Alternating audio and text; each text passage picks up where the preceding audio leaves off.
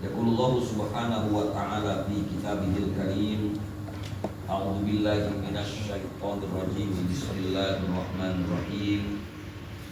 Qul lil mu'minina yaghuddu min absarihim wa yahfazu furujahum dzalika azka lahum innallaha khabirum bima yasnaun. Shadaqallahu maulana al-azim. Wallahu a'lam bishawab. Yang sama-sama kita hormati dan kita muliakan para asatidzah, para guru, para tokoh masyarakat, pengurus BKM Masjid Al-Akhyar, bapak-bapak dan saudara-saudara hadirin jamaah majelis ilmu yang dimuliakan Allah Subhanahu wa taala. Puji teriring syukur mari bersama kita panjatkan hanya kepada Allah Subhanahu wa taala. Ya alhamdulillah, di kesempatan malam hari ini kembali kita dapat hadir dan duduk dalam satu majelis ilmu yang mulia. Mudah-mudahan hadirnya kita menjadi sabab wasilah Allah Subhanahu wa taala turunkan rahmat dan berkah semua. Amin ya rabbal alamin. Semoga Allah Subhanahu wa taala curahkan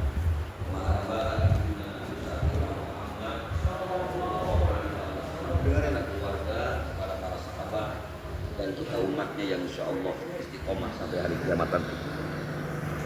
Mengawali majelis yang mulia ini, mari bersama kita baca satu umul kitab. Kita hadiahkan kepada arwah almarhum almarhumah orang-orang tua kita, guru-guru kita, saudara-saudara kita. Kita niatkan namanya masing-masing. Insyaallah Allah ampuni dosa-dosanya, Allah terima segala amal ibadahnya, Allah jadikan kuburnya raudhah min riyadil jannah. Al-Fatihah ila hadhihi niyyah wa ala kulli niyatin shalihah wa ila hadratin nabi al-Fatihah.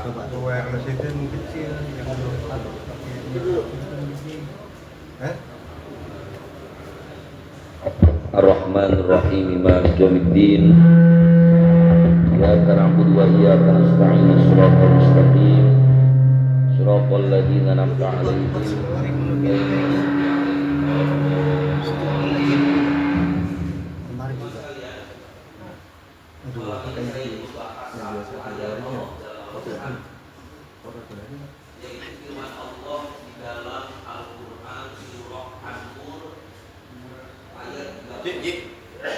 Nama kain dia makan. Nama kain ini. Percuma kalau ini. Ini bisa namanya. Tentang bagaimana hubungan antara laki-laki dengan perempuan. Kita tahu agama kita adalah agama yang sangat-sangat memperhatikan hablum minan nas.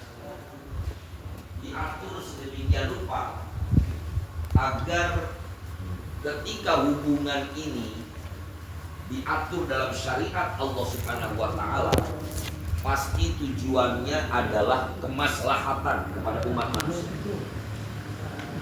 Yang pertama Allah sampaikan pada ayat ini, kata ulama tafsir, adalah ayatul hijab wan nazar.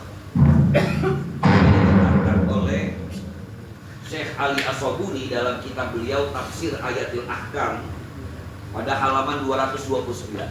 Allah berfirman, A'udzu billahi minasy syaithanir rajim. Bismillahirrahmanirrahim. Qul lil mu'minina yaghuddu min absarihim wa yahfazu furujahum dzalika azka lahum innallaha khabirum bima yasnaun. Wallahu a'lam bishawab. Yang artinya Qul lil mu'minina, katakan ya Muhammad, lil mu'minina, kepada orang mukmin, orang yang mengaku beriman kepada Allah Subhanahu wa taala. Tentu yang dimaksud al-mukminin adalah mukmin laki-laki. Karena memang di ayat ini nanti Allah juga sampaikan di ayat 31-nya adalah wa kullil mu'minat. Jadi kalau ayat yang 30 ini perintah Allah kepada kita laki-laki mukmin. Apa yang Allah Azza wa Jalla perintahkan? yaghuddu min absarihim wa yahfazu furujahum. Di ayat ini hadirin rahimakumullah, Allah mengingatkan kita dua hal. Yang pertama, yaghuddu min absarihim, merendahkan pandangan kita. Yaghuddu min absarihim, hendaklah orang-orang yang beriman itu yaghuddu min absarihim, menundukkan pandangannya. Kalau kita lihat dari asbabun nuzul, kronologis turunnya ayat ini memang luar biasa. Akhraja Ibnu Mardawai an Ali ibni Abi Thalib radhiyallahu anhu qala. Sebab turun ayat ini jelas, kalaupun satu ayat itu ada sebab turunnya, bukan berarti ini berlaku hanya karena sebab. Dalam kaidah dikatakan begini, al-ibratu bi umumil lafzi la bi khususis sabab. Satu ibarat hukum itu tidak melihat dari kekhususan sebab, tapi dilihat dari keumuman lafaz. Kalau itu teksnya bersifat, maka yang berlaku adalah keumuman teks. Nah, ayat ini berlaku. Yang pertama, yaghuddu min absarihim, walaupun secara khusus sebagaimana diriwayatkan dari Imam Ibnu Mardawai, marra rajulun ala ahdi Nabi sallallahu alaihi wasallam fi tariqin min turuqatil Madinah. Kalau lihat sebab turun ayat ini memang berkaitan dengan kelakuan laki-laki. Laki-laki itu ternyata dari sejak zaman Nabi sampai hari ini sama. Manakah kisahnya? Laki-laki ini lagi lewat atau lagi jalan di sebuah jalan di Madinah. Tahu-tahu panadoro ila mro'atin. Laki-laki ini lihat perempuan. Kemudian wa nadhara ilaihi, dan perempuannya ngelihat dia juga. Jadi pandang-pandangan. Saya berkali-kali bahas ayat ini suka tertawa sendiri. Di zaman Rasulullah ada laki-laki terpana dengan pandangan pertama dengan perempuan. Saya yakin di perempuannya nggak bakal jelek. Kayaknya kalau yang perempuan jelek menjalan yang terpana. Jadi yang saya bilang tadi, ini sifatnya alamiah. Karena laki-laki itu secara alamiah dan fitrah memang harus suka dengan perempuan.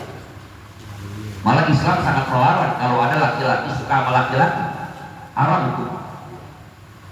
Sama dengan kenapa Islam sangat mengecam yang namanya kaum gay.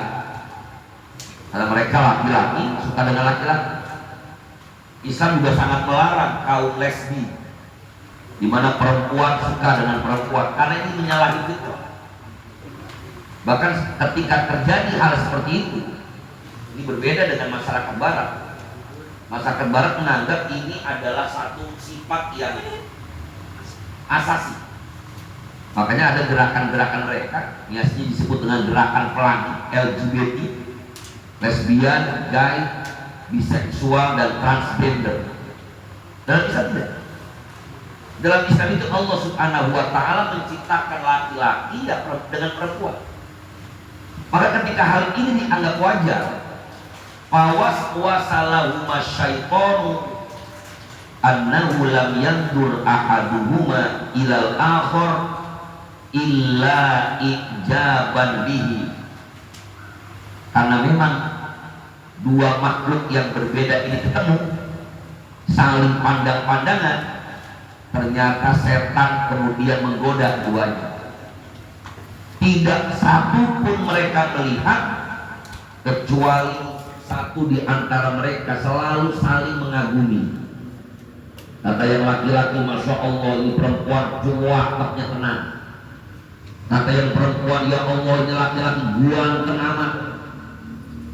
Sampai-sampai kemudian fabainama rajulu yamshi ila janibi haidin yaduru ilaiha idistaqbalahul haid sudima bihi fasyaqqa anhu. Sampai satu ketika laki-laki ini saking kesengsemnya. Tahu kesengsem Pak? Bahasa Indonesia apa kesengsem? Pecantol. Kalau bahasa kita pecantol. Sak kepincut Jawa juga. Ketika laki-laki ini ngelihat terus memandang tuh wajah perempuan, dia jalan ada tembok di depan. Apa yang terjadi? Idistaqbalahul haid sudima bihi. Lah orang matanya ngelihat perempuan aja. Makanya terjadi apa? Dia gak ngelihat jalan, nabrak tembok. Fasyaqqa anhu, maka hidungnya berdarah-darah, nabrak. Maka yang terjadi kemudian wallahi la agsilu damma hatta ataya Rasulullah sallallahu alaihi wasallam. Kata laki-laki ini, demi Allah saya tidak akan cuci ini darah ini sampai saya mendatangi Rasulullah SAW dan aku ceritakan persoalan ini. Maka kemudian faqala Nabi sallallahu alaihi wasallam hada uqubatu dzanbik, ini gara-gara dosamu kepada Allah Subhanahu wa ta'ala. Tidak lihat kisah ini, saya sering katakan bahwa ternyata dosa kita, maksiat kita kepada Allah, seringkali Allah langsung kasih siksanya. Sebenarnya lebih beruntung daripada kita langsung nanti amalan kita disiksa Allah Subhanahu wa ta'ala di hari kiamat. Ini kualitas dan kuantitasnya pasti berbeda. Jadi lebih baik sebenarnya ketika kita salah, ketika kita keliru, itu lebih baik langsung Allah hukum yang hukumannya jelas jauh dibandingkan dengan hukum akhirat. Dan beruntungnya orang mukmin ketika ada satu musibah, satu bencana yang menimpa dirinya, kemudian dia ingat, oh ini berarti atas dosa-dosa saya, maka dia akan bertobat kepada Allah. Itu lebih baik. Sebab yang paling berbahaya misalnya ketika ada orang yang dosanya banyak, kemudian musibah, dia malah menganggap, oh ini ujian dari Allah. Itu namanya orang sok pede. Dosanya banyak tapi dapat sebuah musibah, dia anggap apa? Ini ujian. Apa yang mau diuji? Orang dosanya banyak. Nah minimal yang kedua sebenarnya adalah ketika itu musibah, paling tidak diteguran Allah. Walaupun Nabi dalam teks ini mengatakan ketika laki-laki mengadu, faqala Nabi sallallahu alaihi wasallam hada uqubatu dzanbika, ini akibat dosa. Tentu dia bertobat kepada Allah Subhanahu wa taala. Fa anzalallahu taala, maka Allah turunkan ayat ini. Qul lil mu'minina yaghuddu min absarihim. Katakan kepada orang-orang yang beriman, hendaklah mereka menjaga pandangannya. Apakah pandangan ini hanya berlaku kepada perempuan yang bukan mahram? Ternyata Islam mengajarkan bagi sesama laki-laki pun ini tetap dijaga. Bahkan Syekh Ali As-Sabuni menjelaskan, la yahilu, tidak halal, berarti haram hukumnya ketika seorang laki-laki melihat aurat laki-laki juga. Jadi yang laki-laki melihat perempuan jelas haramnya, laki-laki pun melihat aurat laki-laki secara sengaja tanpa uzur, kata ulama, la yahilu, tidak halal. Lalu pertanyaannya, aurat laki-laki itu apa? Saya kendaskan hal ini. Yang pertama, auratur rajuli ma'a rajuli fahiya minas surrah ila rukbah. Auratnya laki-laki di hadapan laki-laki lain ini sama seperti sholat, baina surrah wa rukbah. Bahkan maaf, Kita kadang-kadang menganggap ketika kita bersama-sama laki-laki, paha yang kelihatan gak masalah. Ini memang dilematis, Pak. Sesama laki-laki aja Islam mengatakan tutup aurat. Satu ketika Nabi kita Muhammad SAW mendatangi Ashabus Suffah. Ashabus Suffah itu orang Madinah yang tinggal di masjid. Kemudian jalasa Rasulullah SAW indana wa fa'di munkashifah. Faqala amma alimta annal fahda aurat. Wa qala Nabi sallallahu alaihi wasallam li Ali radhiyallahu anhu la tubris fahda. Satu ketika kami sedang duduk bersama Rasulullah sallallahu alaihi wasallam, tahu-tahu katanya paha saya terbuka. Paha, Pak, laki-laki sama laki-laki. Apa kata Nabi? Tidakkah kamu tahu bahwa paha itu adalah aurat? Jadi Bapak, kalau kita pun senang olahraga, sebenarnya Islam ajarkan kita bisa pakai training panjang. Jangan pakai celana pendek. Yang boleh itu di hadapan istri dan anak-anak kita. Bahkan hari ini sebagian ulama katakan, ketika berbicara tentang aurat perempuan, di mana mayoritas ulama kalau aurat perempuan terhadap laki-laki yang bukan mahram ini adalah jami'u badaniha illal wajha wal kaffain. Auratnya perempuan di hadapan laki-laki yang mahram. Mahram itu suaminya, anak laki-lakinya, bapaknya. Ini adalah bebas, apapun boleh dilihat. Tapi kalau di luar orang-orang yang bukan mahramnya, seluruh badannya kecuali wajah dan kedua telapak tangan. Tapi kata ulama, untuk khusus yang bukan suami istri, walaupun itu mahramnya, tetap kalau dia perempuan dengan laki-laki, lebih afdolnya dijaga. Contoh sederhana, dua kakak beradik, laki-laki dengan perempuan, jelas ini namanya mahram.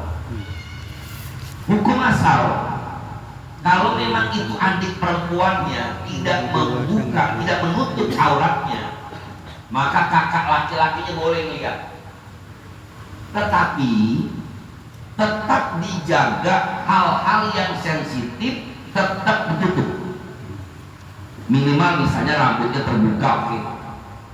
Tapi kalau sampai pahanya misalnya, oh ini kan bukan aurat di hadapan adik ini, nggak apa-apa, jangan. Apalagi setan itu kan selalu menggoda manusia dengan cara apapun. Apalagi hari ini Masya Allah dengan media sosial yang sudah masuk ke rumah-rumah kita. Saya berkali-kali lihat kasus-kasus pelecehan misalnya. Ketika memang tayangan-tayangan televisi yang kadang-kadang masuk ke HP. Ini kan HP kita berat itu jaganya. Perintah Allah ya butuh min absorihim, jaga pandangannya. Secara offline udah kita jaga. Lihat perempuan tetangga jelalatan, lagi buka Facebook lewat. Sering lihat, Pak? Sering. Syukur masih ngaku. Terus pas lihat dia apa itu? Digeser apa dipantengin? Nah ini masalahnya. Gak usah digali, Ustaz udah sama kan belum tentu, Pak. Ini emang berat. Makanya kata Allah, ya butuh min absorihi, jaga pandangan. Nah, saya katakan tadi, ketika auratnya perempuan yang mahram sekalipun, ini hanya yang boleh terlihat blas, itu hanya istri kepada suami.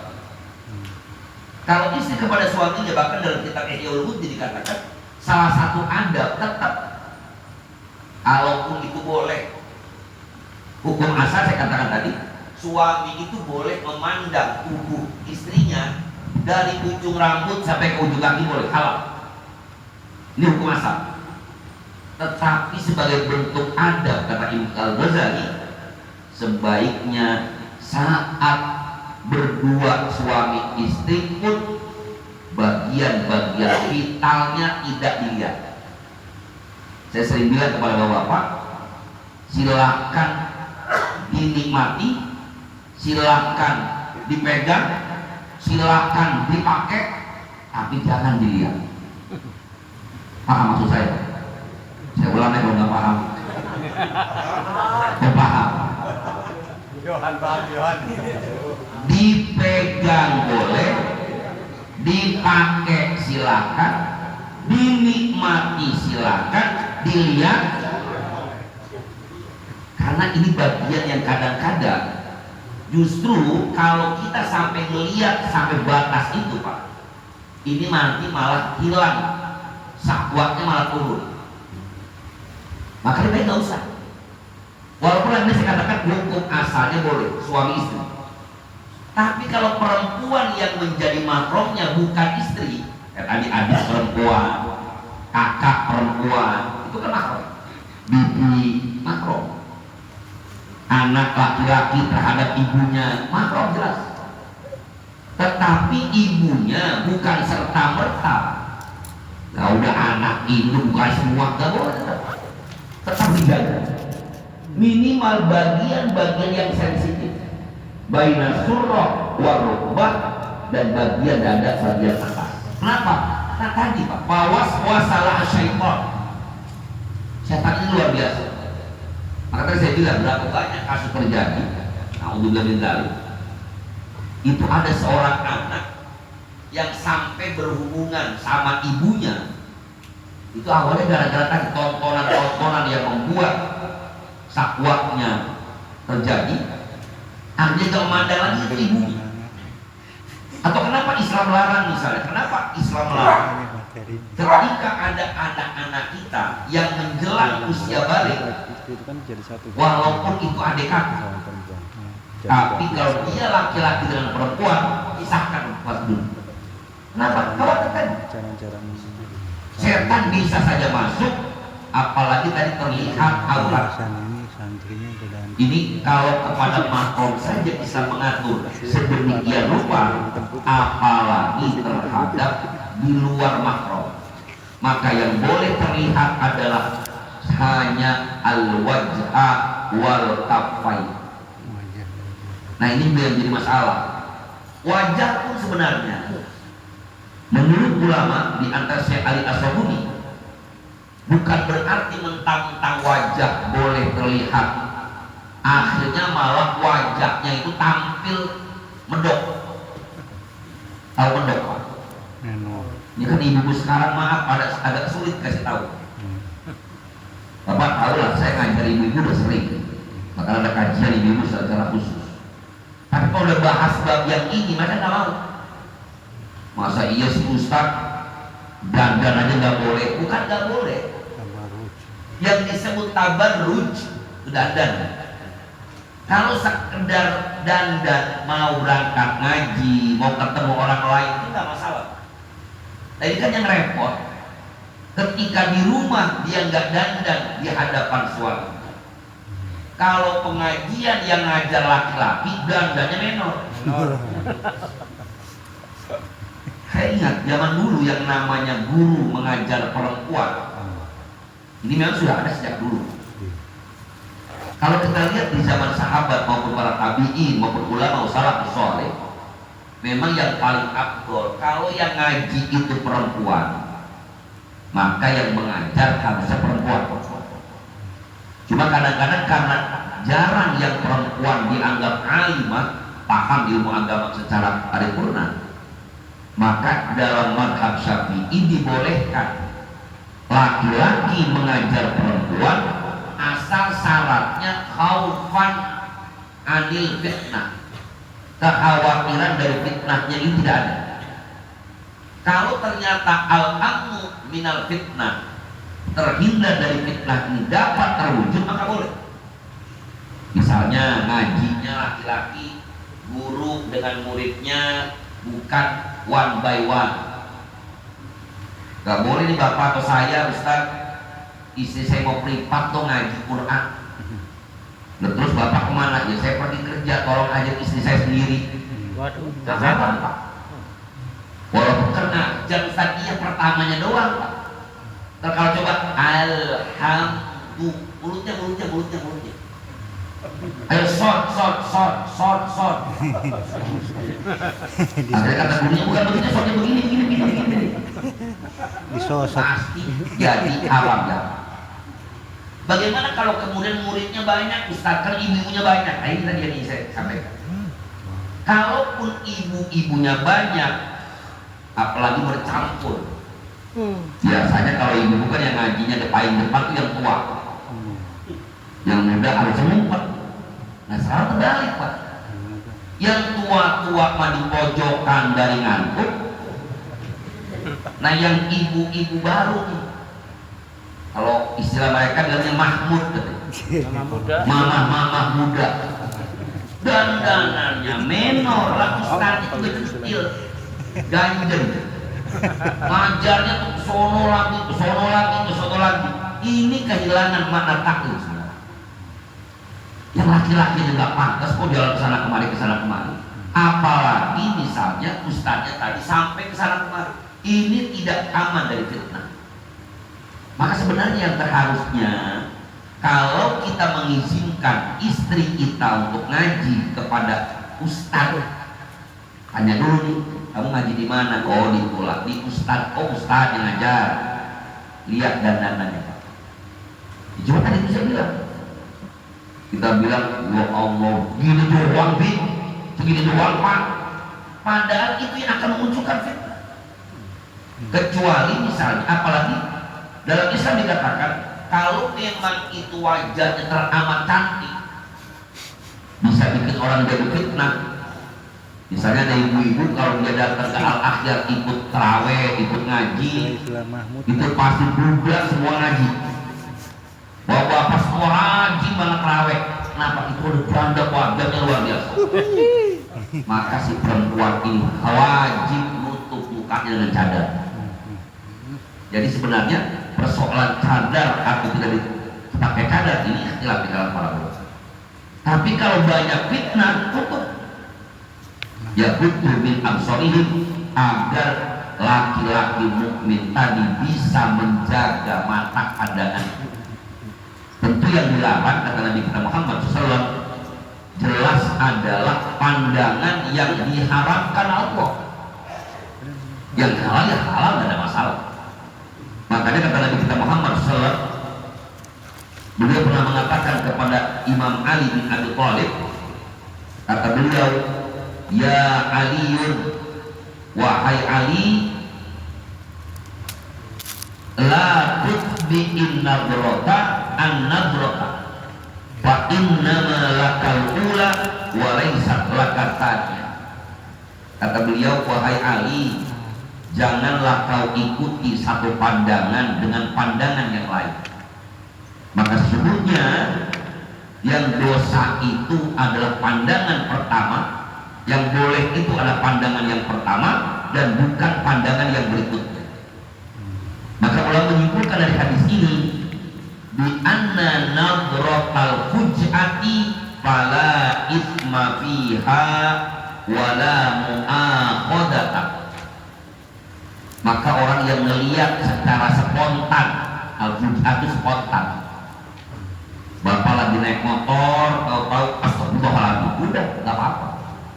Atau bapak lagi melihat WA atau melihat Google, pengen cari sesuatu, nggak tahu yang muncul iklan, ada orang nggak pakai baju atau nggak pakai celana, maka nggak dosa. Kalau langsung kelihatan, langsung kita geser. Lah kata Pak Ustaz tadi kalau pertama nggak dosa, dipantengin aja kalau gitu, sama aja Pak. Bukan berarti kalau nggak mesti dilihatin aja halal rasanya, tidak. Yang dimaksud halal itu adalah an-nadhrah al-fujjah. Makanya tanggung jawab suami luar biasa beratnya. Yang saya bilang tadi, perlu komunikasi perlahan. Dakwah tentu kita percaya ada tahapan-tahapan. Allah sampaikan dalam Al-Quran, Bismillahirrahmanirrahim, ud'u ila sabili rabbika bil hikmah wal mau'izatil hasanah wajadilhum billati hiya ahsan. Ajaklah ke jalan Tuhanmu bil hikmah, dengan bijaksana. Kalau kita lihat istri kita masih terlalu menor, kalau keluar jangan langsung wah laka kabur dia, pelan-pelan. Misalnya suka nanya istri kita nih, bang gimana nih dandanan saya, udah oke belum? Udah oke sih, tapi kayaknya kalau lipstiknya agak sedikit kurang, lebih oke hari pertama. Besok minggu depan dia nanya lagi, masih begitu, kita geser lagi, kayaknya bedaknya kepedelan dah. Ini perlunya suami, ar-rijalu qawwamuna 'alan nisa. Suami adalah pemimpin, dia harus punya tanggung jawab. Sebab kalau kita diamkan Pak, kelak tanggung jawabnya bukan pada istri. Kenapa kamu nggak bicarain? Kenapa kamu nggak sampaikan? Kenapa kamu nggak bilangin? Tapi kalau udah kita bilangin, tuh istri ngeyel terus, galakan dia, apalagi sampai ngelawan. Misalnya, kan yang ngaji gua bang, bukan lo. Seringan gua ngaji sama lo. Itu seringan dia. Ya sering ngaji gak dipakai buat apaan? Dan ini berlaku juga cuma buat istri jamaah, buat istri juga sama. Terkadang kalau nggak dengan kalimat yang lemah lembut, dia suka marah. Pelan-pelan. Kalau perlu misalnya kita kasih rayuan, udah mani beli. Cuman kita kadang-kadang kan suka dianggapnya malah karena malas ngebeliin make up sama istri. Misalnya dia nanya, udah gak usah dandan, papa malah lebih senang mama alami, gak usah pakai bedak, gak pakai lipstick lagi, bilang aja gak mau beli skincare. Jadi benar kayak begitu. Padahal Islam ajarkan kita tanggung jawab kita sebagai suami. Bagaimana dandanan istri, bagaimana pakaian dia, termasuk apa yang disabdakan Nabi kita Muhammad SAW. Kata Nabi, kelak akan ada di akhir zaman orang yang menutup auratnya seperti telanjang. Sudah terjadi hari ini. Sampai tertutup auratnya, tapi seperti telanjang. Bener rambutnya tertutup, yang kelihatan cuma muka dan kedua telapak tangan, tapi bajunya meletet. Tahu meletet? Ketat. Baju adeknya yang dipakai. Termasuk saya berkali-kali kritisi Pak. Saya sering lewat lah di bawah sholat tajar subuh. Ya Allah, ini yang senang saya lihat itu perempuan jilbaban semua. Tapi kok kenapa ada laki-laki yang ikut? Apalagi misalnya yang ikut juga yang ngajarin apa namanya? Instruktur, Pak, benar. Instrukturnya laki-laki. 1, 2, ibunya juga 1, 2. Nah sekarang gimana mungkin nggak kelihatan? Sekarang kalau perempuan 1, 2, nggak mungkin 1, 2. Saya pernah sampai kerjaan, Pak Ustaz, kan itu di lapangan perempuan semua. Dan terus emang nggak ada yang lewat, itu ojek lewat, tukang bubur lewat. Kira-kira tukang bubur lihat apa enggak Pak? Wah, mantap. Nggak mungkin ya, nggak mungkin begini. Itu nggak mungkin. Jangan-jangan kan nasibnya tadi yang diceritakan Rasulullah. Dia lagi bawa gerobak, lihatin begini, nabrak mobil. Ini memang berat. Tapi saya katakan tadi dakwah. Kita bersyukur kepada Allah Subhanahu wa Ta'ala, kita masih bisa melangkahkan kaki kita di majelis ilmu. Itu sudah anugerah dari Allah Subhanahu wa Ta'ala. Itu hidayah Allah yang mahal luar biasa. Kita masih mau ke masjid, kita masih mau dengerin majelis ilmu. Ini alhamdulillah hidayah dari Allah Subhanahu wa Ta'ala. Tapi tentu tanggung jawab kita tidak berhenti di sini.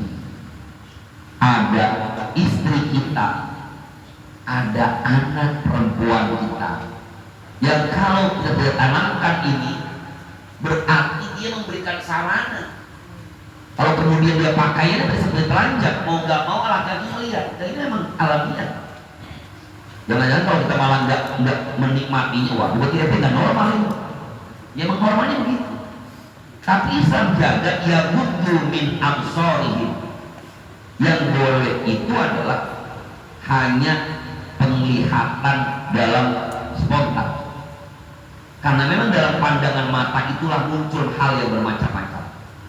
Bahkan seorang ulama mengatakan bahwa diawali biasanya maksiat itu dimulai dari an-nadhrah, dari pandangan mata lebih dulu.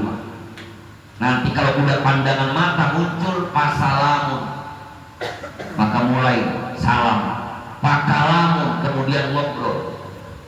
Katanya pertama nadratun, wabtisamatun, saling melempar senyum.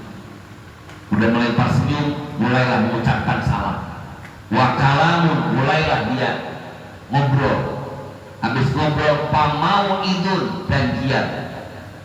Kalau udah berjanji, maka lahirlah dia terjerumus ke dalam kemaksiatan. Termasuk bahayanya media sosial hari ini. Banyak istri-istri kita yang kadang-kadang menganggap media sosial itu sebagai bentuk aktualisasi diri. Ya kalau memang positif, ya tapi kalau kemudian dia menampakkan wajahnya dia, kadang-kadang dia bikin konten, ini kan FB Pro, ya ini kan bikin YouTube ada duitnya, padahal bohong kok Pak. Artinya kalaupun mendapatkan uang tidak sebanding dengan dosa yang didapatkan. Konten-konten menampakkan wajah perempuan tadi yang akhirnya orang tertarik. Oh iya, cakep ini, padahal kan yang namanya HP penipu Pak. Saya berkali-kali bilang, wajah yang jelek aja kalau udah masuk kamera HP, kamera jahat, itu kamera jahat Pak. Bolong-bolongnya hilang semua, yang tadinya hitam gulung jadi putih. Ditambah kemudian setan, ini yang berbahaya. Maka apa kata Allah? Iya, yang pertama ya butuh min absor. Yang kedua wa yahfadhu furujahum, menjaga kemaluan mereka, menjaga kehormatan mereka. Karena berapa banyak berasal dari hawa nafsu yang tidak terjaga tadi, segalanya akan binasa. Maka dalam Islam kita dianjurkan oleh kanjeng Nabi kita Muhammad SAW untuk menjaga zina apapun. Dalam hadis Rasulullah mengatakan, mataku berzina, tangan itu berzina, kuping itu berzina, apalagi farji pasti berzina. Kenapa Nabi ungkapkan seperti itu? Tentu karena memang itulah awal muasal. Kata Nabi, zinanya mata dengan memandang, memandang yang tidak hak. Termasuk saya sering bilang juga, jangan bagi istri-istri kita sebaiknya di dalam WA mereka pun harusnya bukan wajah mereka. Tapi lagi-lagi nggak gampang. Mau bikin Facebook harusnya foto profilnya bukan wajah istri kita. Maka mereka akan bilang orang kan nggak kenalin lagi. Ya pasang aja wajah lakinya. Tapi di situ namanya marfu'ah, orang udah paham. Oh ini marfu'ah bininya dia. Orang kan semuanya Pak kelihatan, sampai dipaksa betul foto AI dibuat yang cantik luar biasa untuk tadi menarik perhatian orang lain. Dzalika azkalahum innallaha khabirun bima yasnaun. Kata Allah, yang demikian itu lebih suci bagi mereka. Innallaha khabirun bima yasnaun. Sesungguhnya Allah Subhanahu wa taala zat yang maha waspada dengan apa-apa yang mereka lakukan. Allah. Bahkan qala al-Imam Ibnu Qayyim rahimahullah fi Ghadbil Basar fawaidun syadidatun adidatun. Seorang mukmin yang menjaga pandangan matanya, kita hanya mau melihat yang halal-halal saja, yang haram-haram jangan kita hindari betul. Baik itu online, offline, langsung gambar, apapun itu. Yang pertama, imtithalu amrillah, berarti orang yang menjaga pandangannya dia telah ikut mengikuti perintah Allah Subhanahu wa taala yang sudah barang tentu bernilai ibadah. Yang kedua, an yamna'a wusula athari sahmi al-masmum. Orang yang menjaga pandangan matanya, maka ini akan mencegah masuknya pengaruh panah yang beracun. Panah yang beracun maksudnya bukan panah secara hakiki. Ketika kita melihat, otak kita merespon, berkhayal dan sebagainya. Yang ketiga, an yuqawwiyal qalba, membuat kuat hati. Wa yafrahu, dan membuat bahagia hati. Yang keempat, an yurita fil qalbi unsan fillah wa ihtima'an alaih. Dia akan mewariskan hati yang merasa diri cinta hanya karena Allah. Yang kelima, annahu yaksibul qalba nuran, membuat hati bercahaya. Dan yang paling penting adalah annahu yasuddu ala syaitan madakhilah, menutup jalan buat setan menggoda kita. Yang terakhir, anna bainal aini wal qalbi manfadan yujibu infa'ala ahadihima bil akhar. Karena mata dengan hati itu punya celah. Yang tadi saya bilang, dimulai dari pandangan mata kita, kemudian berpikir macam-macam, bahkan yang lebih berbahaya bagi mereka yang sudah bersuami istri, akhirnya ketika melihat orang lain, seakan-akan istri kita nggak ada cakep-cakepnya sama sekali. Itu penyakitnya begitu. Karena memang suka diistilahkan sawah orang kadang lebih hijau dari sawah sendiri. Akhirnya ketika isi minta komentar, bang saya cakep apa kagak, ya lu jelek banget emang udah. Gara-gara apa? Lihat yang macam-macam kan. Ada beratnya. Serba salah kita nonton TV, artisnya begitu. Kan nggak mungkin kalau nonton nanti buka HP itu lagi yang salah. Maka yang terbaik apa? Darul mafasid muqaddam ala jalbil masalih. Sebaiknya ditolak. Apalagi hari ini misalnya banyak diakses bebas, anak-anak kita kasih tahu jangan ditonton, yang ini jangan ditonton. Karena memang kalau dulu masih ada badan sensor film dulu, tapi sekarang susah. Badan sensor film, sensornya udah pada bolong semua. Jadi adegan-adegan, pandangan-pandangan yang kurang pantas itu masuk ke dalam pesawat televisi kita. Maka yang bisa jadi tanpa kita sadari kita menumpuk dosa dari pandangan mata kita yang tidak terjaga. Inilah teman-teman sekalian yang dimuliakan Allah Subhanahu wa taala. Mudah-mudahan satu ayat yang kita bahas malam ini menjadi satu pengetahuan, walaupun mungkin kita masih sulit untuk menghindarinya, paling tidak kita terus belajar. Ya kan, kadang-kadang ada juga misalnya orang kemarin ke saya, Ustaz, saya kan kerjanya satpam. Udah gitu satpamnya di mall, yang selawat tidak perempuan dulu. Atau saya jadi satpam di kantor, yang perempuan mau lewat, iya, gak usah merem. Meremnya adalah hati kita. Yang penting udah lewat, pokoknya nggak apa-apa. Kan yang nggak boleh diikutin, itu nggak boleh. Tapi kalau dia lewat sendiri ya sudah, biasa aja. Mudah-mudahan Allah lindungi kita dan insya Allah bisa kita amal pada kehidupan kita sehari-hari. Demikianlah kajian kita malam hari ini. Mudah-mudahan ada manfaatnya. Dan saya mohon maaf jika ada kekurangan atau kesilapan. Seperti biasa, kita masih punya banyak waktu. Saya persilakan mungkin ada hal-hal yang ditanyakan. Ada nama wa iyyakum ajma'in. Wassalamualaikum warahmatullahi wabarakatuh.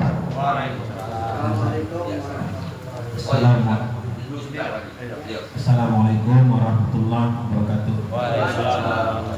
Pembahasan kita tadi umpamanya kita melihat yang ada zina mata. Kalau kita lihat di medsos, nah, zina mata ini tentu berbeda dengan langsung melihat orangnya. Ini kan gambar ya Ustaz. Orangnya tentu lebih besar dosa melihat langsung ya. Itu kalau negatif. Bagaimana pula yang saya tanyakan ini kalau yang positif, umpamanya kita yasinan, membaca Al-Quran di HP dengan baca Al-Quran yang ada tulisan di kertas langsung, itu Abdul Manaf Ustaznya. Itu saja. Terima kasih. Hadirin jamaah yang dimuliakan Allah Subhanahu wa taala. Kalau kita lihat langsung Al-Qur'an dari cetakannya dengan lihat Al-Qur'an di dalam HP, mana yang lebih baik? Jelas jawabannya lebih afdol yang tertulis dalam mushaf. Kenapa? Karena kalau kita lihat di HP, saya pernah juga punya Pak di dalam HP saya. Ternyata suka iseng-iseng ada iklan juga. Bukan penyakit Pak. Kalau dibaca Al-Quran, keluar iklan. Iklannya apa? Gambar perempuan juga. Itu pertama. Yang kedua, di dalam HP itu aplikasinya macam-macam. Maka orang yang pegang aplikasi Al-Quran di HP nggak perlu wudhu. Kenapa? Karena aplikasinya banyak. Ada WA, ada Facebook, ada macam-macam.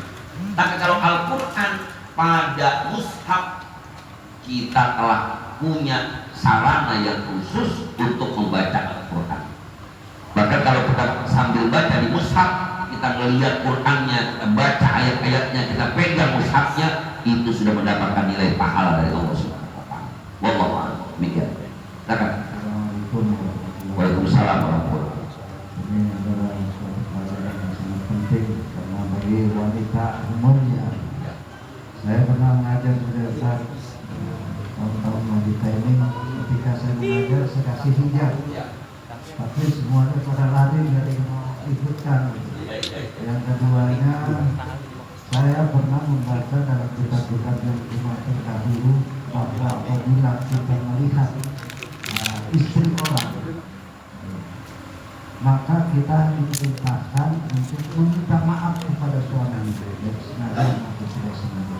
Dan keduanya ada sebuah hadis yang menjelaskan bahwa memang setiap laki-laki ini akan ditanyakan kepada 4 orang wanita bertanggung jawabnya. Walaupun kata dia masuk dalam surga, yang pertama adiknya yang wanita akan bertanggung jawabkan, kakaknya yang wanita, dan ibunya serta istrinya. Nah, ini adalah buat kita adalah istri kita ini bagaimana kalau kita tidak mengajarkan mereka, lalu mereka memang dia berkeliaran seperti itu.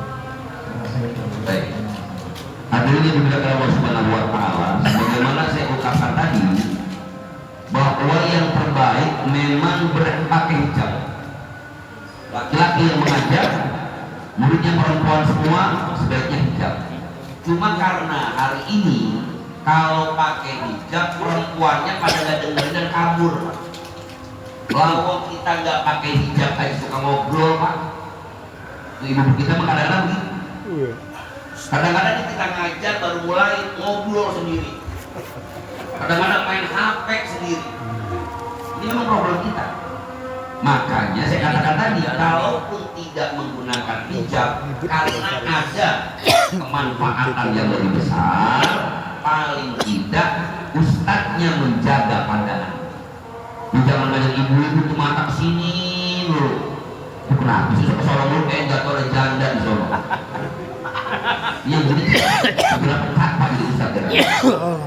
Bapak bisa melihat itu kok bisa perasaan asal ngajar, asal dia pandang biasanya suruh ngajar aja bahaya. Tapi berarti menyediakan sarana buat dia. Makanya betapa besarnya fitnah perempuan itu begitu. Saya kadang-kadang suka itu Pak. Kadang-kadang misalnya kita mengajar di ceramah, itu ibunya bukan malah pun jauh. Deketin. Sama aja biar kelihatan pustaka, biar kelihatan. Wah. Kamu jadi menentukan. Maka sebaiknya kita yang menjaga. Terutama mungkin yang mengajar tadi, jangan kemudian malah seneng. Saya kadang-kadang kalau ada ibu-ibu semuanya, ini kok deket-deket kamu, geser ini, geser. Kadang-kadang termasuk kita foto, ya hati-hati juga lagi sih. Kalau udah penceramah TV, minta foto dong, itu kehormatan mereka nggak dijaga lagi. Langsung pukul itu tadi. Saya pernah digeser sini. Gimana kita Pak? Kita mau begini nanti nggak jelek, ustadznya katanya jangan begitu Pak Ustadz, biasa aja, biasa ini nempel. Ini kesal kita ini. Ini kan udah kebiasaan ibu, tidak pernah diajarkan lagi. Bagaimana mungkin mereka senang foto dengan orang yang bukan pakar? Itu yang pertama. Yang kedua, tanggung jawab kita memang kepada keluarga dekat kita, anak perempuan kita, kakak perempuan kita, beberapa istri kita. Tapi laki-laki pertama dakwahkan dengan hikmah, secara bertahap, pelan-pelan. Kalau misalnya kita suka ngajinya, alhamdulillah, istri kita belum menutup aurat, pelan-pelan. Jangan pulang ngaji basah, perempuan setan lu, jangan. Payu pelan-pelan. Kan kalau istri yang baik kan kita deketin, malam suka nanya dia, tadi abang ngaji bang? Alhamdulillah ngaji. Mau usah mulia, tidaknya mas, apalagi dengan aja dia doang. Bahas apa enggak? Nanya dia. Aduh bahas lagi dah. Sampaikan dengan cerita yang pelan-pelan. Jangan langsung gua kata kiai tadi kalau ada bini yang kagak pakai jubah berarti buat ibu mau monyet. Betul monyet dong. Berhikmat dengan bijaksana. Kalau ngomongnya begini, mama atau neng kan tanggung jawab abang. Nah kalau neng terkait begini, kesian sama abang jangan neraka bagaimana? Mulai beli sejuk, abang beliin jilbab yang paling mahal di tanah abang, yang 50.005. Pelan-pelan, saya tahu betul problem kita ini. Apalagi yang suami misalnya ketika digentak bini, udah diem aja bingung. Tenang aja bang. Ini salah kita berarti. Ar-rijalu qawwamuna 'alan nisa.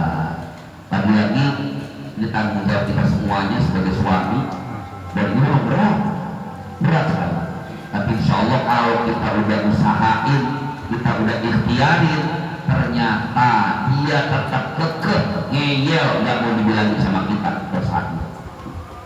Ya apalagi misalnya saya mau ceraiin juga Ustaz, kesian anak-anak, dibilangin udah ngerti-ngerti.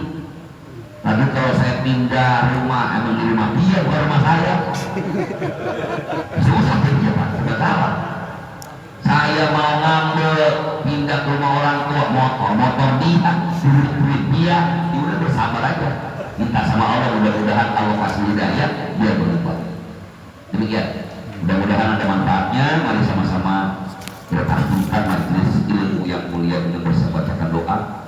Saya katakan sekali lagi ya sekalian, memang ini PR kita. Saya pun sama. Jadi bukan berarti Ustaz mah enak kali sama Pak. Kadang-kadang bilangin adik perempuan, bilangin anak perempuan. Kadang-kadang suka mereka jadi doang kok. Yang mereka ngeyel, pelan-pelan sampaikan. Insya Allah kasih pengertian, ini nggak boleh nah, ini nggak boleh, jangan seperti itu. Istri saya kadang-kadang nggak boleh begitu mah, tolong jangan terlalu ini. Kadang-kadang masih ada penolakan, tapi insya Allah kita yakin teruslah minta sama Allah karena hidayah dari Allah Subhanahu wa Ta'ala. Berfatihah la ilaha illallah wa ala kulli niyatin shalihah wa ala hadratin nabi al-fatihah. A'udzubillahi minasyaitonir rajim. Bismillahirrahmanirrahim. Alhamdulillahirabbil alamin arrahmanir rahim maliki yaumiddin. Iyyaka na'budu wa iyyaka nasta'in. Shiratal mustaqim. Shiratal ladzina an'amta 'alaihim ghairil maghdubi 'alaihim waladdallin.